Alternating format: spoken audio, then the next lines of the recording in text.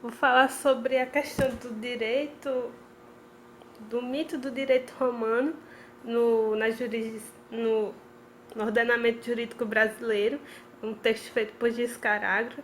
Nele ele coloca que existe uma mentira, que é essa de que 80% do nosso ordenamento jurídico ele é composto indiretamente ou diretamente pelo direito romano.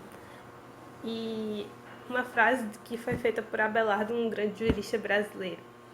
Então, ele vai de encontro, em contrapartida a esse tipo de argumento. O texto ele é formulado, né, a partir dessa forma dialética e tal, de mostrando os conceitos e refutando-os. Então ele vai mostrar também a partir de fatos históricos e de formas trazidas pelas ciências sociais o porquê que ele tem essa opinião. Então, voltando um pouco sobre o assunto, por que que se tem muito desse pensamento? O autor que ele também coloca, que é Antônio Manuel Espanha, ele vai dizer que existem dois motivos de porquê que o direito romano ainda é bastante estudado. Um é por conta do seu legado e o outro é por conta do seu ideal de perfeição que existe.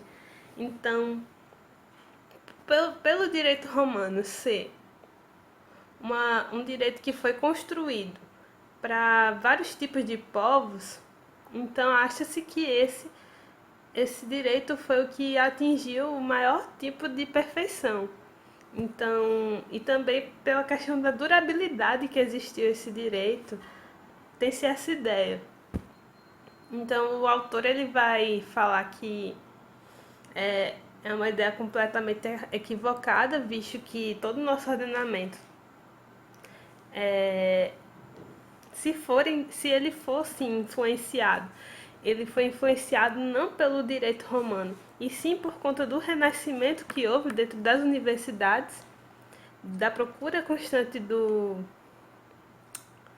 por alcançar o direito romano, mas as próprias universidades elas estudavam não o direito romano em si, e sim o digesto que era feito pelo Justiniano, e a própria modelação do digesto, pelo autor, ela era considerada errada ou equivocada, porque os próprios assuntos que eram escolhidos para participarem do digesto eram escolhidos de forma teleológica e anacrônica.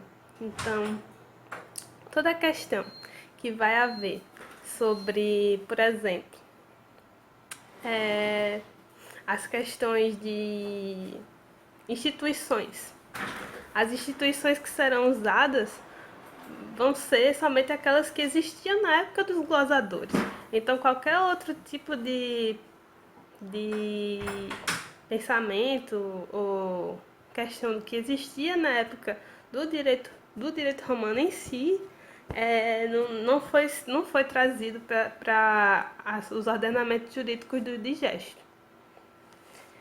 Enfim, é basicamente isto, mas ele também vai colocar essa questão também da verdade, colocando que é o melhor, que é o mais verídico e toda essa questão de verdade também vai ser desconstruída ao longo do livro, do qual ele vai falar que, mas nas próprias ciências sociais sabe-se que não se deve usar a verdade como discurso para legitimar nada, visto que a verdade é uma construção e algo inalcançável, como colocado por Nietzsche. E uma pauta também muito importante colocada no livro é que, ao falar que a gente pegou 80% do discurso romano, a gente está negligenciando todos os outros ordenamentos jurídicos e o nosso próprio que a gente criou através da nossa criatividade e de acordo com as nossas necessidades, visto que cada país tem a sua dificuldade diferente da outra.